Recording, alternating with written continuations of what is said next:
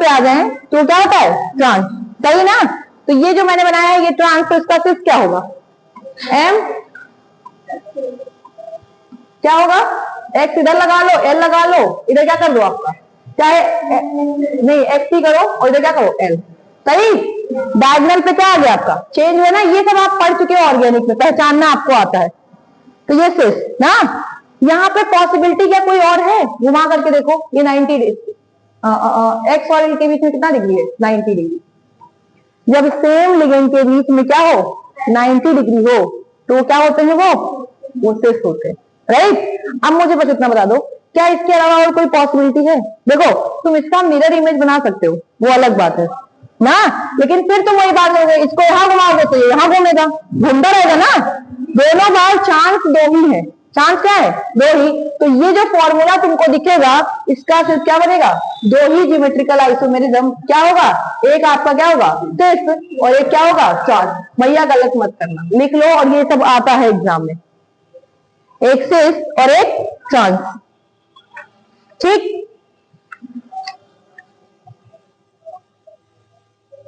दूसरा लिखो, अगर आपका M A B X L, देख रहे हो यहां पे चारों लिगेंड ही डिफरेंट है ना, तो ज्योमेट्री इसकी बोली है इन्होंने एनसीईआरटी में, स्क्वायर प्लेनर होगी। क्या होगी? Square planar. और याद रखिएगा, अगर स्क्वायर प्लेनर है तो क्या हो जाएगा? DSP2 लिख लीजिए। DSP2 बहुत ज्यादा इंपॉर्टेंट है।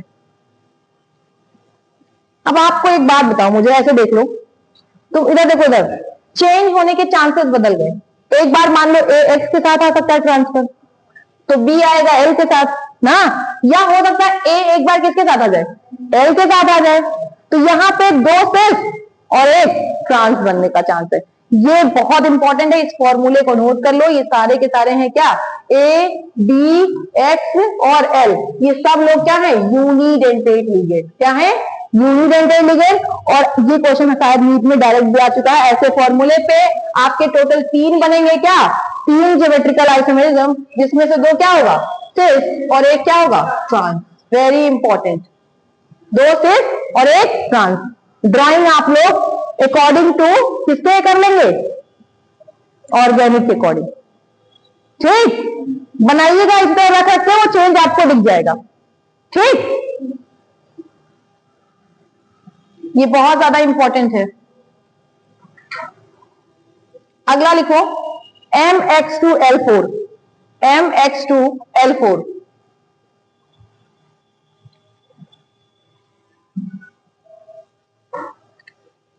MX2L4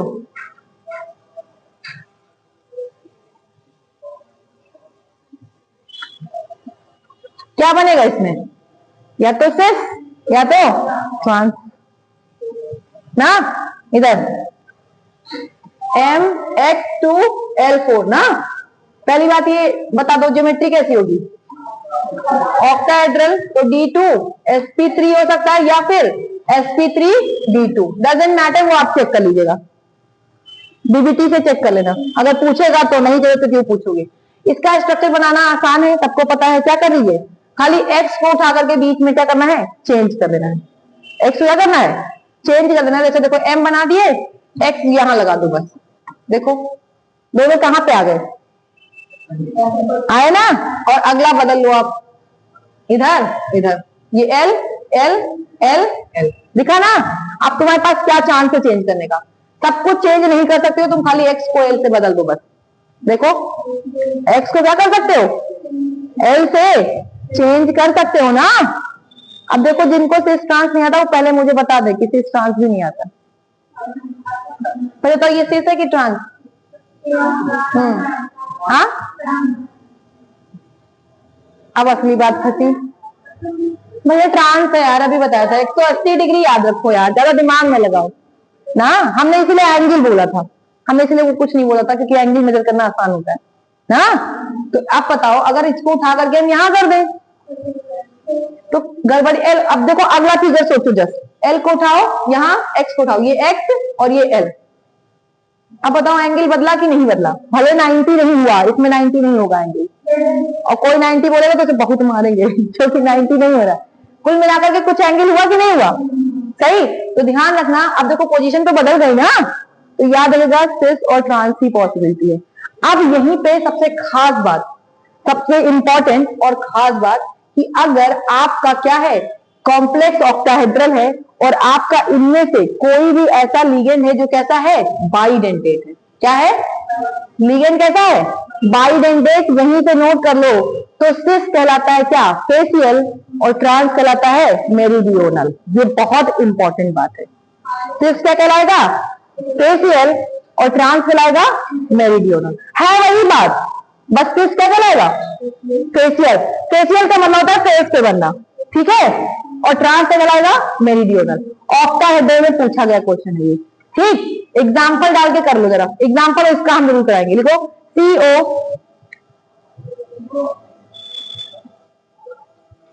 NH3, बाइडेंटेट लिगेंड जरूरी नहीं है, मत लिखना, लिगेंड कुछ भी हो सकता है। CO NH3, चलिए लिखो CO NH3 होल थ्राइस और NO3 का होल थ्राइस, ठीक। ये देख रहे हैं ना आपका, इसकी दो पोजीशन, एक तो क्या बनेगी? सिस, और एक क्या बनेगा? ट्रांस। इसको बनाने का सबसे अच्छा तरीका जो मुझे लगता है, सिस और ट्रांस कभी बनाने को कहा नहीं जाता तुमसे, लेकिन फिर भी अगर तुम्हें पहचानना हो तो सारे अमोनिया एक साइड रहेंगे और सारे नाइट्रेट क्या है? एक साइड रहेंगे, बस। बीच में कभी एक दूसरे को इंटरप्ट नहीं करेंगे। चलो देखो कैसे। जैसे हमको पता है CO है ऊपर नीचे, ठीक, ये और ये, सही ना। सारे अमोनिया एक साथ कर दो, दिखा? कर दिया ना सारे अमोनिया, और सारे नाइट्रेट क्या कर दो?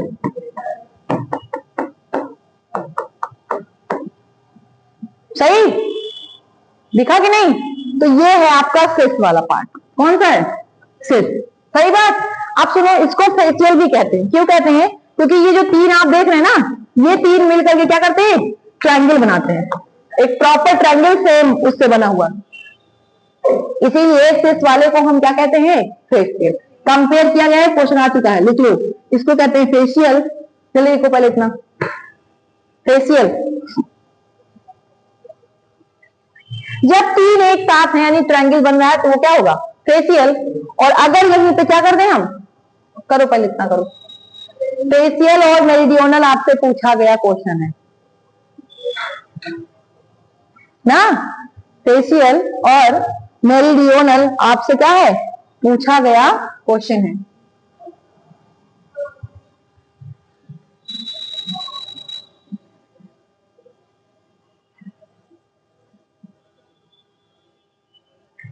हो गया इतना? कुछ ना करना, इधर सुनो।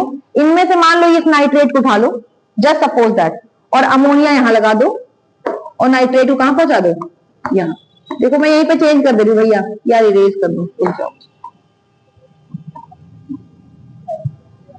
देखो यहां पे आप क्या कर दो? अमोनिया, और यहां पे क्या कर दो? नाइट्रेट। जरा देखो, तीन लोग एक साथ थे, बीच में अभी गड़बड़ा दिया हमने, देखो ना। तो अब देखो, पहले तो तुम्हें ऐसे ही दिख गया, कितना बना रहा है ये ना, यही ट्रांस है, और इसी को हम क्या कहते हैं? मेरिडियोनल। क्या कहते हैं? लिख लीजिएगा। अब ये जो बना है वो क्या है आपका? ट्रांस, या इसी को क्या कहेंगे हम? मेरिडियोनल। बहुत ज्यादा इंपॉर्टेंट, मेरिडियोनल, ठीक।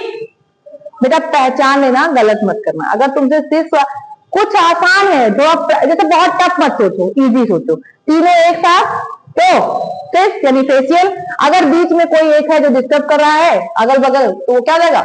मेरिडियोनल। बात खत्म ना। इसको बहुत ज्यादा टफ हमें पढ़ना ही नहीं है, ठीक। कोई और दिक्कत इतने में? इसके बाद आपका बच रहा है ऑप्टिकल आइसोमेरिज्म। क्या बच रहा है? ये वाला केस याद रखिएगा प्लीज, बहुत इंपॉर्टेंट है, ठीक। इसके अलावा अगर हम बात करें ऑप्टिकल आइसोमेरिज्म की, तो ऑप्टिकल आइसोमेरिज्म में आपको एक बात ध्यान रखना है। क्या क्या ध्यान रखना है? पहली बात तो वो क्या, मिरर इमेज वाली कहानी आपको देखनी है, देखनी ना, ठीक है। तीसरा आपको क्या देखना होता है? दूसरा प्लेन ऑफ सिमेट्री। अगर प्लेन ऑफ सिमेट्री है तो वो ऑप्टिकली इनएक्टिव होगा, वो ऑप्टिकली क्या होगा? इनएक्टिव, और वहां पे आपका ऑप्टिकल आइसोमर नहीं बनेगा। अब प्लेन ऑफ सिमेट्री क्या होती है, थोड़ा पहचानो। जैसे मैंने कहा था बीच से काट दो, कहीं से भी काट दो ना, तो दो इक्वल पार्ट में बच जाए। चलो जस्ट सपोज दैट यहाँ पे कोबाल्ट है, यहाँ पे आपका क्या है NH3 है, और यहाँ पे क्या है NH3। जैसे हम सपोज दैट यहीं से एग्जांपल लेते हैं, ठीक। और यहाँ पे आपका लिखा है NO2, और यहाँ पे लिखा है NH3, और यहाँ पे क्या है आपका NH3, और यहाँ पे क्या है NO2। ध्यान सुनो, नहीं गलत हो गया, यहाँ भी NO2 होना चाहिए, बराबर होना चाहिए, जान लो। चेक करके देखो काटने पे सिमेट्री आ रही कि नहीं आ रही है? हाँ, यहाँ NO2 है, यहाँ भी NO2 है, तो प्लेन ऑफ सिमेट्री नहीं आ रही। यानी प्लेन ऑफ सिमेट्री नहीं है तो इसका मतलब ये ऑप्टिकली एक्टिव होगा। जहां प्लेन ऑफ सिमेट्री होती है वो ऑप्टिकली इनएक्टिव होता है। याद आ रहा है, नॉन सुप्रीम पोजिबल मिरर इमेजेस ना, कैसी इमेज होनी चाहिए, नॉन सुप्रीम पोजिबल मिरर इमेजेस, याद आ रहा होगा। यहाँ पे अगर तुम काट करके दोनों को, फिर चलो छोड़ दो इमेज की बात ही खत्म करो, पहले काट के देखो। सिमेट्री यही तो सिखाई गई है, बराबर भागों में है तो प्लेन ऑफ सिमेट्री, नहीं है तो नो प्लेन ऑफ सिमेट्री। यहाँ नहीं है इसलिए कैसा होगा ये ऑप्टिकली एक्टिव। अब इसका आप मिरर इमेज बना सकते हो, आप ऐसे भी चेक कर सकते हो। अब आप इसको क्या बनाओगे मिरर इमेज, तो आपको एक बात और पता है, अभी मैं पूछ रही हूँ यहाँ पे ध्यान सुनिएगा। अब जब इसका आप मिरर इमेज बनाओगे तो जैसे मान लो ये वाली लाइट को घुमा रही है किधर, anti clockwise. Just suppose that ये लाइट को एक पोलर लाइट पास की गई, तो देखा ये लाइट को कैसे घुमा रही है एंटी क्लॉकवाइज, दक्षिणा वामावर्त बोलते हो ना, दक्षिणावर्त कुछ बोलते हैं ना, ऐसा कुछ भी बोलते होगे ना। ये बताओ घड़ी की दिशा राइट साइड चलती है, क्लॉकवाइज, इतना तो पता है ना, और घड़ी की दिशा अपोजिट एंटी, तो ये क्या है, ये एंटी क्लॉक है ना। एंटी क्लॉक के लिए नाम क्या देते थे, लीवो रोटेटरी। याद आ रहा है, अभी पढ़ना है ग्लूकोज वाले में। और जबकि अगर इसका तुम इमेज बनाओगे भैया, सुनो इसका, जब कभी भी लाइट को किधर घुमाए वो एंटी क्लॉकवाइज। अब एंटी क्लॉकवाइज समझ गए, घड़ी की अपोजिट दिशा, तो उसको कहते हैं लीवो रोटेटरी कंपाउंड, एल से लिखते हैं levorotatory, very important, levorotatory. Levorotatory का मतलब है घड़ी के अपोजिट दिशा में क्या कर रही है, ये लाइट को घुमा रही है, इसलिए लीवो। जबकि अगर यहीं पे, अब इसका जब तुम मिरर बनाओगे इमेज, सोचो अगर ये ऑप्टिकली एक्टिव है, क्या है, तो ये क्या करेगा, ये बनाएगा आपका डेक्स्ट्रो रोटेटरी। क्या कराएगा, लिख लेना, क्लॉकवाइज, बहुत इंपॉर्टेंट है, क्लॉकवाइज और क्या होगा, क्लॉकवाइज और एंटी क्लॉकवाइज। क्लॉकवाइज के लिए लिखते हैं dextrorotatory, dextrorotatory. Clockwise के लिए क्या लिखते हैं, डेक्स्ट्रो रोटेटरी, ठीक।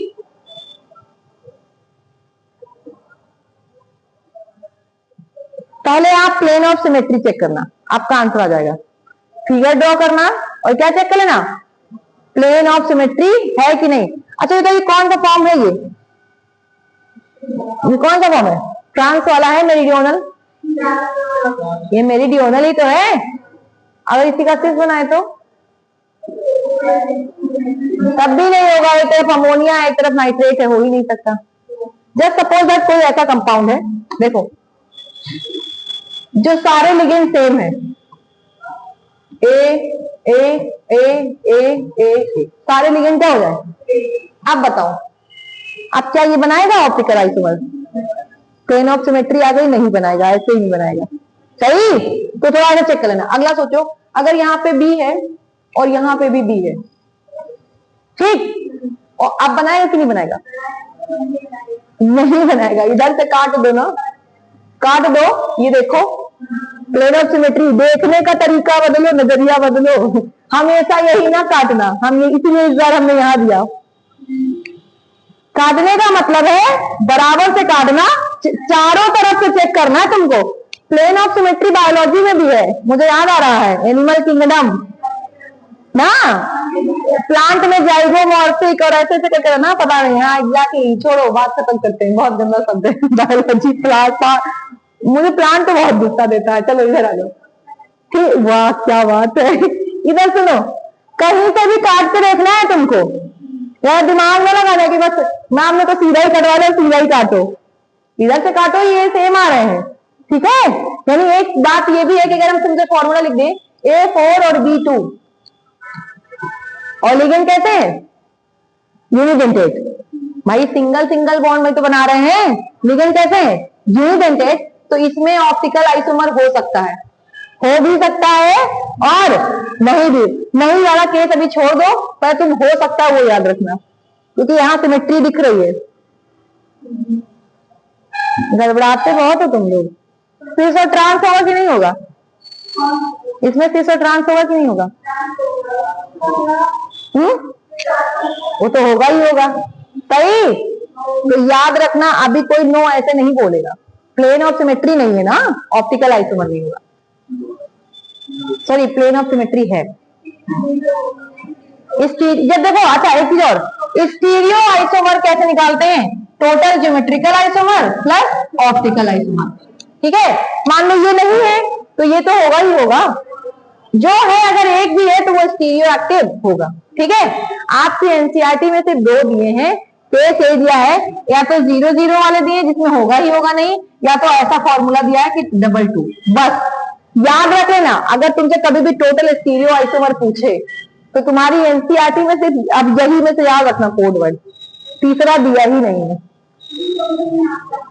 तो हम वही तो कह रहे हैं कि स्टीरियो आइसोमर तुम्हारे में जो एनसीईआरटी में दिया है ना, वो यही दिया है, या तो होंगे ही नहीं, और होंगे नहीं तो तुम चेक करना प्लेन ऑफ सिमेट्री से पूरा बना करके, और या तो होंगे तो सिर्फ 2 ही 2 होंगे, बस यही दिया है। अब वो 2 चाहे तुम्हारे ज्योमेट्रिकल आइसोमर हो सकते हैं, चाहे ऑप्टिकल आइसोमर हो सकते हैं। ध्यान रखिएगा, एक लीवोरोटेटरी, एक डेक्स्ट्रोरोटेटरी, ये सब आपने कहीं ना कहीं उसमें पढ़ा है, जब आपको सर ने पढ़ाया होगा पूरा ऑर्गेनिक वाला बेसिक, सर ने पूरा बेसिक पढ़ाया होगा एकदम अच्छे से ना, वहां chain position functional and so on ये सब आया होगा ना। तो गलत, तुम लोग यार इतना अच्छे से पढ़ते हो, फिर हम ये सोचते तुम लोग काहे नंबरवा नहीं आता है, हमको तो इस बात से बड़ा दुविधा रहता है।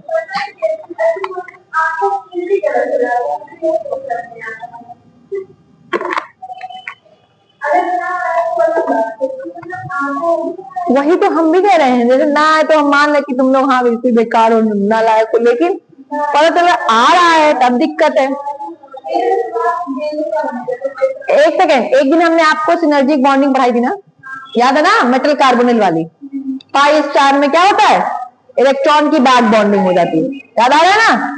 तो याद रखना, इसके बाद हम लोग अब क्या कराएंगे, सीधे क्वेश्चन ही कराएंगे, ठीक। इसके बाद कोई डाउट हो क्वेश्चन निकालो, लाओ प्रीवियस बुक है किसी के पास, लाओ तो हम थोड़ा सा देख लेते हैं, तो हम नहीं देते तब तक क्वेश्चन करो, लाओ।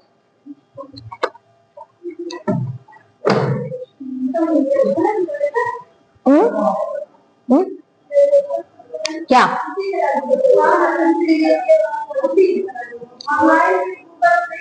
अरे गूगल छोड़ो, तुम बुक कर दो।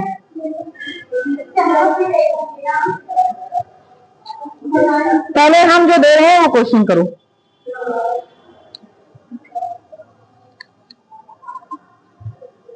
देखो, number of possible isomer, possible isomer आपको बताना है COCl2En होल ट्वाइस का। ऑप्शन है पहला 1, दूसरा 3, C जो है वो 4 है, और D जो है आपका 2 है, ठीक। हाँ भैया, एक बार और चेक कर लेना, स्ट्रक्चर पॉसिबल नहीं है ना इसमें, नहीं पॉसिबल है ना, कोई चांस ही नहीं है ना, तो एक सिस होगा और एक ट्रांस होगा, यही है। हाँ अभी हमने लिखा, अरे बाप रे बाप, हमने अभी एक फॉर्मूला लिखा था Ma2B4, एक ऐसा लिखा था या शायद ऐसा लिखा था Ma4 और B2, याद आ रहा है? अभी चेक करो, चेक करो, इस फॉर्मूला में लिखा है। ये क्यों भूल गए कि ये लिगेंड कैसा है? सामने लिखा है आंसर, और सामने आप लोग कितना गलत करते हो, जल्दी बताओ भाई आंसर। सब लगा चुकी हो तुम, लग रहा है।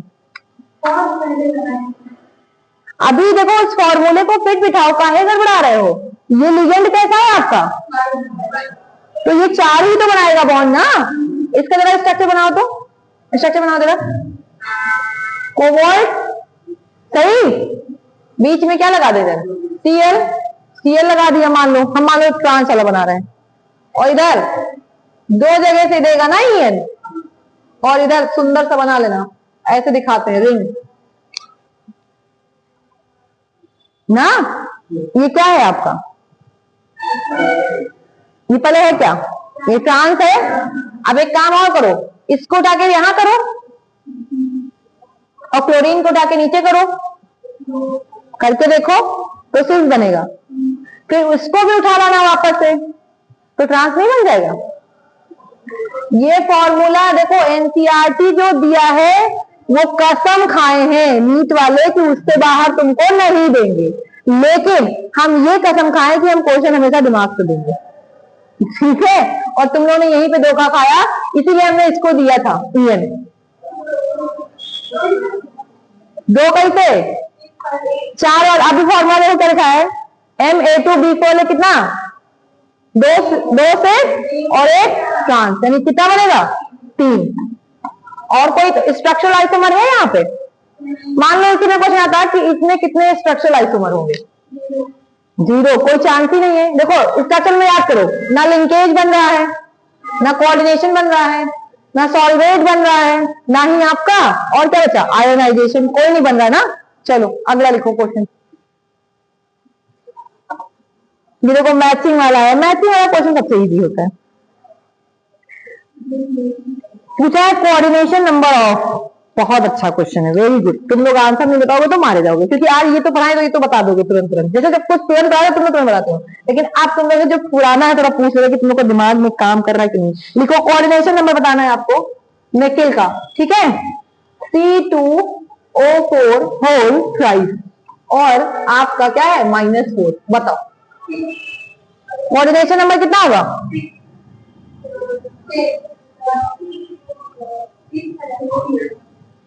सबके मुंह से क्यों नहीं निकल रहा यही बात, आप भी बताया ना, ये ऑक्जुलेट ही तो लिखा है, कितनी बार पढ़ाएंगे यार, हाँ तो 2 ऑक्जुलेट 3, 2 3 6। इसमें क्या पूछा था, 1 सेकंड का तो आंसर नहीं है, 1 सेकंड नहीं लगता, देख के बता देगा बच्चा जो प्रैक्टिस किया होगा। तो देखिए लेटेस्ट क्या पूछा है, देखो नाम पूछा है, क्वेश्चन पूछा है इसमें से होमोलिप्टिक कॉम्प्लेक्स कौन सा होगा, बताओ दे, नाम से दिया, लिखो लिखो होमोलिप्टिक कॉम्प्लेक्स बताना है, 23 का पेपर है होमोलिप्टिक। लेकिन अगर तुम लोग का प्रीवियस ईयर सच में प्रिपेयर है ना, तो तुम ऐसे वैसे टेस्ट से मत घबराओ, तुम्हारा सिलेक्शन हो जाएगा। अगर प्रीवियस ईयर अगर तैयार है, मैं फिर कह रही हूँ तुम्हारा सिलेक्शन, तुमने जेईई का पेपर देखा था ना, तुम्हें ठीक लग रहा था ना, तुम्हें लगा था ना, तो जो इस कदर की तैयारी किया है उसका सिलेक्शन हो जाएगा। अब आगे वो 3 घंटे में अपना दिमाग ना खराब कर ले, वो अलग बात है। मैं वही तो बोल, अब वही बातें हैं, इसके लिए मैं कुछ बोल ही नहीं सकती। अभी लिखो पहले होमोलिप्टिक कॉम्प्लेक्स, बाद में बात करते हैं इस टॉपिक पे।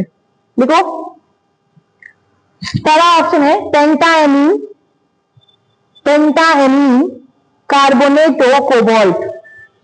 पहला ऑप्शन क्या है, pentaammine carbonato cobalt third chloride, pentaammine carbonato cobalt third chloride, cobalt third chloride. दूसरा लिखो option pentaammine carbonato, carbonato cobalt third chloride, cobalt third chloride, ठीक, कोबाल्ट थर्ड क्लोराइड पहला ऑप्शन। दूसरा ऑप्शन लिखो triammine, tri aqua chromium chloride, triammine, triammine tri aqua, tri aqua, triammine tri aqua, क्या दिया है भैया, triammine chromium, chromium third chloride, chromium, chromium third chloride, ठीक। तीसरा ऑप्शन लिखो potassium trioxalato, potassium trioxalato aluminate, potassium tri oxalate to eliminate, oxalate to eliminate. चौथा option, ये 23 का क्वेश्चन है, diamine, diamine chlorido nitrito, diamine chlorido nitrito N platinum, diamine chlorido nitrito N platinum second. ठीक, answer बता दो ऐसे ही। Homoleptic पूछा है ना, तो सेम लिगेंड होना चाहिए। सारे में तो अलग अलग लिगेंड दिए हैं, खाली इसी ऑप्शन कहता है अकेला ऑक्सिलेट ना। तो यार हम कहें तुम मेरे वाले पोर्शन में ले आओ जहां तुमको अभी भी डाउट है, मैं पूरा तुम्हें करा दूं, तुम्हें दिक्कत कहां से आती है? यार अब चलो फिजिकली तुम लोग, फिजिकल में किसी को फिजिकल में आती है।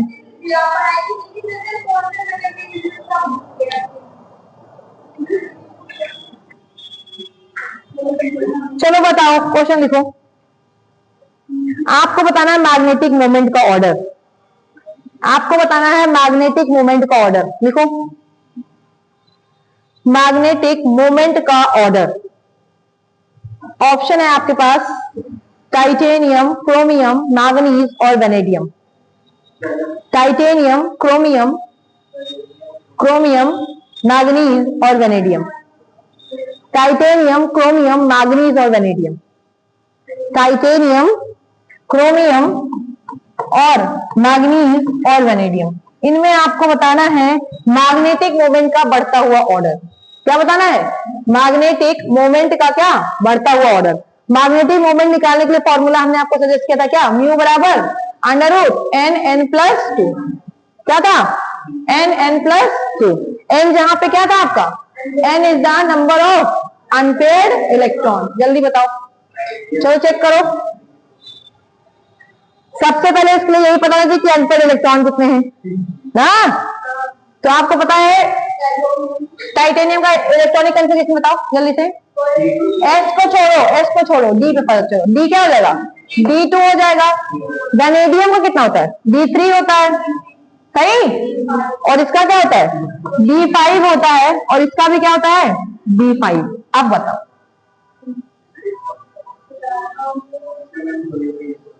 अब बताओ। ये तो सबको समझ आ गया कि मैम 5-5 दिख रहा है, तो मैक्सिमम 5 ही 5 है, यानी सबसे ज्यादा इन्हीं दोनों में से किसी का होगा। लेकिन किसका होगा ज्यादा, ये बताओ कैसे? जल्दी बताओ भाई।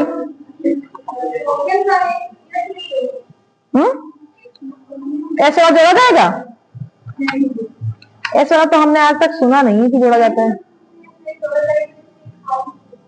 तो कैसे होगा आंसर बताओ भाई, जल्दी चेक करके दिखाओ।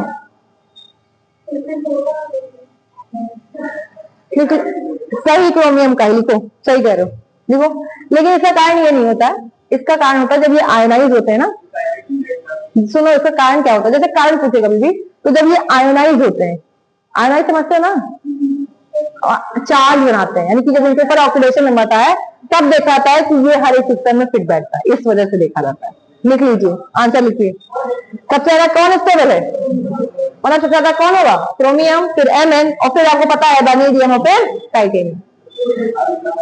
अगला लिखो। उससे भी हो जाता है, और वैसे CFT से ज्यादा अच्छे से प्रूफ होता है। अगला क्वेश्चन लिखो।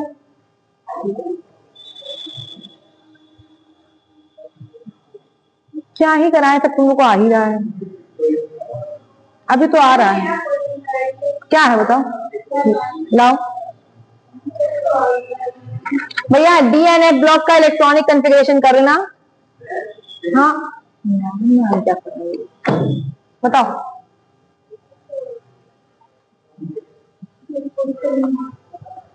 Electronic spectrum of shows a single broad peak with a maximum of इतना। The crystal field stabilization energy of the complex ion in kilojoule per mole is इतना। ये बताओ पहले, ये किसने तुम्हें पढ़ाया है? जेई मेंस का है किस ईयर का है? ये सिलेबस 2020 का है। और अब 2020 का ही है क्वेश्चन पेपर, ये आया हुआ है। तो ये फिजिक्स में स्पेक्ट्रम है, उठा करके वहां से हम कहीं तुम्हें कोरिलेट कर दें, स्पेक्ट्रम का है हम।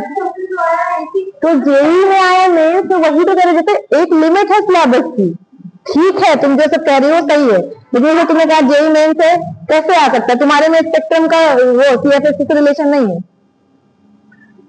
लेकिन मैम क्वेश्चन आया हाँ, अरे मेरी माता श्री, मैं वही तो तुम्हें बता रही हूँ कि जैसे स्पेक्ट्रम जो दिया है उनके में पूरा वो पढ़ते हैं फिजिकल का पार्ट अच्छे से, तो वो स्पेक्ट्रम पूरा रिलेट किया हुआ है, तुम्हारे में वो नहीं है स्पेक्ट्रम, इसलिए मैं कहूँगी सीएफएससी का रिलेशन में तुम्हें कैसे बता दूं।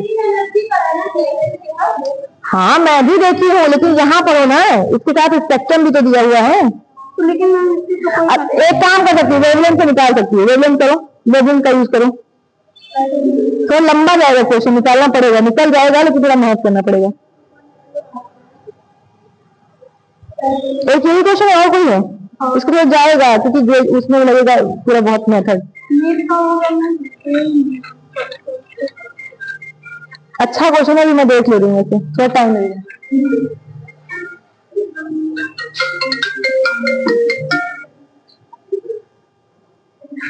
नीट वाले लगाओ, नीट वाले। और यही ये ओरिजिनल पेपर में आया हुआ है? कब का है? अब हम देखेंगे आज जा करके। कहाँ से मिला तुम्हें? उससे देखते हैं ना, जैसे गूगल पर देंगे इसका। हाँ हाँ, गूगल पे सर्च करेंगे तो आएगा उसमें। चलो ये हम देख लेंगे जो तुम कह रही हो, लेकिन वैसे मुझे अभी विदाउट हम 20 पेपर ही जाके देखेंगे, क्योंकि अब ये थोड़ा धड़ल्ले से ऊपर चला गया कि इतना लेवल का क्वेश्चन कैसे उसने स्पेक्ट्रम का रिलेट कैसे किया। बस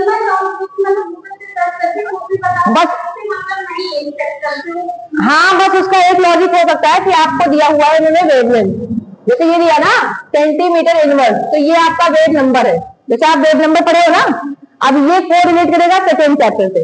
याद करो आपको पढ़ा था 1/वेवलेंथ क्या होता है आपका वेव नंबर, याद होगा ना। इस वेव नंबर से आप उठाइए क्या, एनर्जी लगाइए एच न्यू, याद आ रहा है?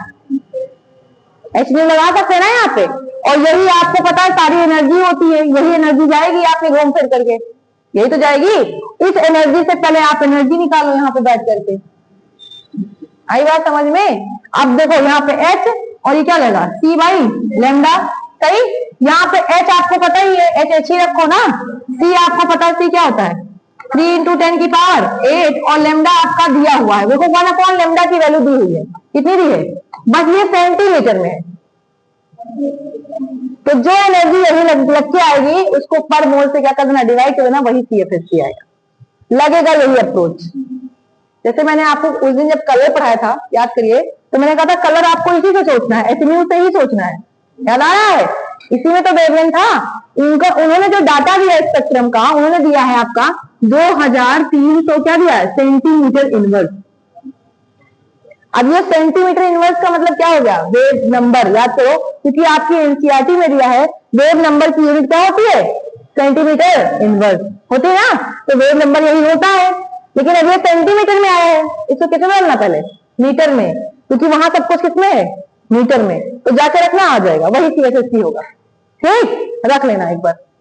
लेकिन ये क्वेश्चन अभी भी मैं वैसे देखूंगी क्या अप्रोच उन्होंने क्या सोच के दिया है, क्योंकि फिर अगर दिया है तो वहीं से कनेक्ट किया है, सेकंड चैप्टर से, वेव नंबर से। कह रहा है लिखो, क्वेश्चन लिख लो तुम लोग, लिखो एमंग द फॉलोइंग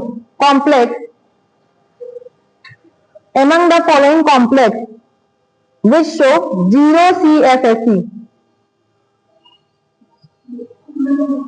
0 CFSE।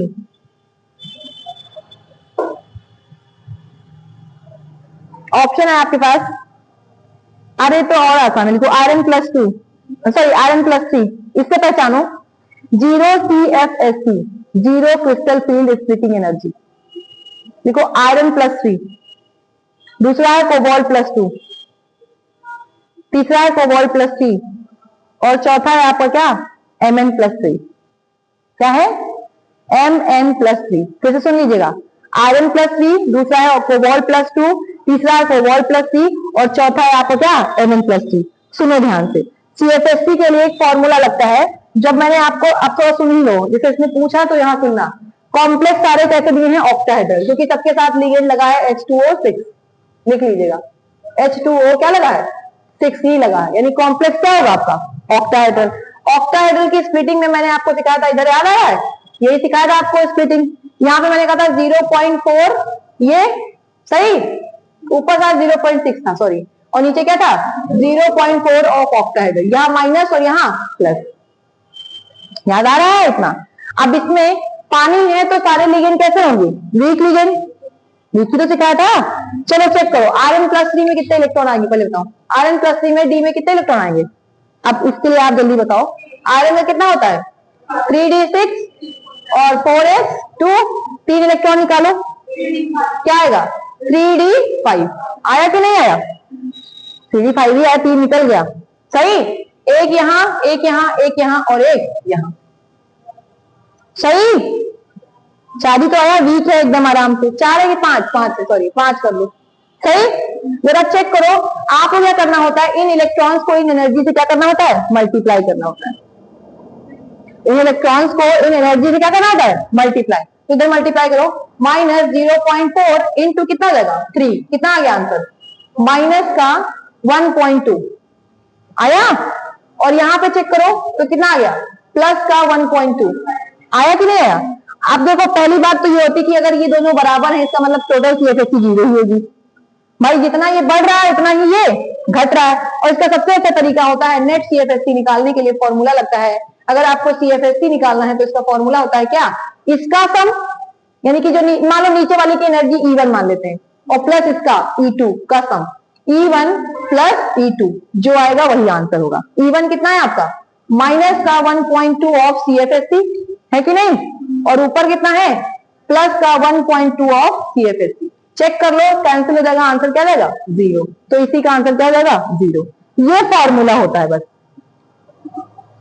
एक बार फिर से सुन लो, ठीक है? किस ईयर में आया है क्वेश्चन? 14 में आया है। लेटेस्ट पूछा नहीं जा रहा ना, ये सब आउट ऑफ हो चुका है सिलेबस। अभी लेटेस्ट 5 साल में नहीं पूछा गया होगा, ये सब आउट ऑफ सिलेबस हो चुका है। मतलब उन्होंने खुद बोल, क्योंकि आपकी एनसीईआरटी में कहीं CFSE निकालने के दिया नहीं है। 14 में, अभी मैंने तुमसे फिर एक बात कहा, 13-14 भी मैंने एक शब्द बोला था, अलग किताबों से भी क्वेश्चन आते थे। फिर सबने टारगेट किया CBSE। हम मान गए तुम्हारी बात, लेकिन आएगा नहीं, हम अभी लिख दे।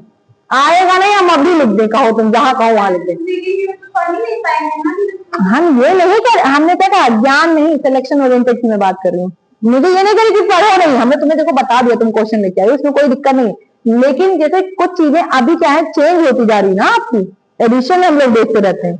यही दिक्कत है कि तुम लोग उस पूरे चीजों को लेके चल रहे हो, सही बात है, हमें कोई दिक्कत नहीं। लेकिन हमारा मानना है कि आप पहले वो पढ़ लो जो आपके एग्जाम में आने वाला है। मेरा मानना ये है, आगे तुम्हारी चॉइस। तुमने 14 कहा, 13-14 में पेपर 16 तक ही बनी। 16-19 कोविड के पहले पेपर जो है वो दूसरी किताबों से भी बनता था। 19 तक, कोविड के बाद पूरा टारगेट हो गया क्या? एनसीईआरटी, उसमें भी कर दिया गया बहुत कुछ डिलीट। चलो छोड़ो, स्टिल बात खत्म करते, फिर से सुन लो। आपको मैंने, अब देखो यहीं पे अगर क्या होता आपका टेट्राहेड्रल होता तो पलट देते ना। CFSE टेट्राहेड्रल की भी ऐसे ही निकलेगी। फॉर्मूला क्या करना है CFSE निकालने के लिए? नीचे की जो ऑर्बिटल्स की टोटल एनर्जी है वो प्लस क्या करना है? ऊपर के ऑर्बिटल्स की क्या करना है? एनर्जी। ध्यान रखना, गलत मत करना। पेयरिंग से कोई मतलब नहीं, पेयरिंग अभी हटा दो। पेयरिंग जब देगा तब देख लेना, पेयरिंग देगा तो वो बता देगा ना, 1 देगा कि 2 देगा, वो हटा देना, ठीक है? अभी आपको पहले दिमाग में ये रख लेना है कि आपको इससे याद रखना, ठीक? चलो, और क्या था? लिख लो इसको, टेट्राहेड्रल का इसका उल्टा हो जाएगा। करा है मैग्नेटिक मोमेंट ऑफ, लिखो क्वेश्चन लिखो। 13 में आया था ना, magnetic moment of 1.73 Bohr magnetron. Example कहां है? ऑप्शन है नहीं है इसका, लेकिन इसमें लिखा है by one among the following. तो एमंग द फॉलोइंग में 4 ऑप्शन होने चाहिए। लिखो, बोहर मैग्नेट्रॉन किसका 1.73 होगा? जिसके पास अनपेयर्ड इलेक्ट्रॉन 1 होगा। ये तो रटा है ना। इधर सुनो, जैसे इन्होंने दिया है कि म्यू बराबर क्या होता था? n+2 था कि नहीं था? सही। n आपको ये दिया है 1.73, तो 1.73 कब आएगा? जब ये 1 हो और ये 1 + 2 कितना हो जाएगा? 3, यानी कि टोटल क्या हो जाएगा? √3। √3 की तो वैल्यू होती है 1.73, तो यानी कि अनपेयर्ड इलेक्ट्रॉन कितना होना चाहिए? 1 होना चाहिए। वो कॉम्प्लेक्स में आप चेक कर लेना, ऑप्शन उन्होंने लिखा नहीं है। और क्या बता दें, और क्या है तुम्हारे में क्वेश्चन ही नहीं, क्या लिखी और बताओ कहाँ है क्वेश्चन, एक ही क्वेश्चन था दो। और किसी का कोई डाउट है तो पूछ सकता है। हाँ बताओ, डाउट बताओ। अभी ये चैप्टर हो गया खत्म, इसके बाद कोऑर्डिनेशन को क्या नाम है, बायोमोलिक्यूल। बायोमोलिक्यूल के बाद खाली यही क्वेश्चन आंसर डिस्कशन। जो डाउट है जितना भी है, जो मेरा पोर्शन है ले आओ फिजिकल का, ठीक। बताओ जल्दी बताओ, इसको खत्म करो क्लास।